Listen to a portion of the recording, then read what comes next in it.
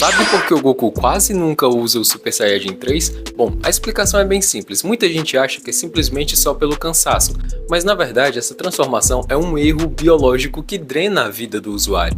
O Super Saiyajin 3 não é uma evolução natural, é um esforço desesperado de poder bruto.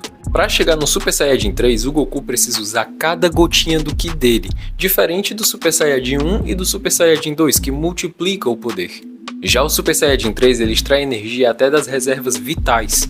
E é por isso, meu caro amigo, que o Goku só conseguiu dominar essa transformação enquanto estava morto, pois assim ele tinha energia infinita.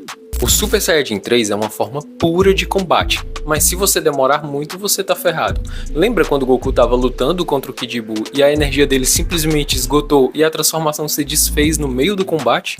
Ele passou um tempão achando que tava juntando energias, mas na verdade a energia dele tava indo embora.